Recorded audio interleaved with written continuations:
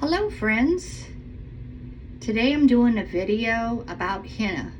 I get asked a lot about my hair coloring, and I've been doing henna on my hair to cover grays for years. So today I tried to just save a little bit of time, and I already have put it on my roots. But this is what I used.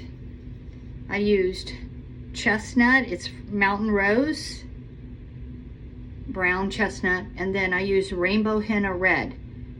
Both of these are really good brands and pure. So this is what it looks like when it's all made up.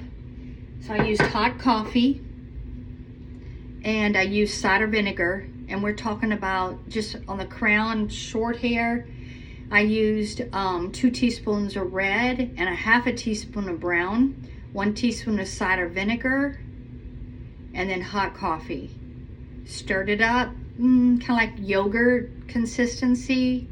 And then I used like what you would see at like a hair salon, and the poker side to just, divide the hair and put it on.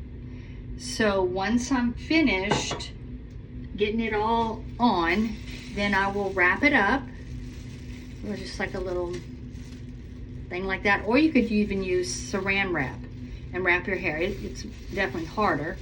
Then I put a towel over that and I leave it on for 2 hours. And if I want more intense results, so for me, better gray coverage, before I put the towel on, I have the saran wrap or the bag on, and I take my hair dryer and I just kind of dry in the areas that I want it to, be more intense. It dries faster, it processes faster, that kind of thing. Okay, so I leave it on for 2 hours and I get good gray coverage. You can leave it on pretty much as long as you want to. It'll be more intense red, basically. Okay, so after it's done, I rinse it all out, and then I wash my hair and then condition it and style as usual. And for great coverage, I've been doing this about every 4 weeks. That's best for me now.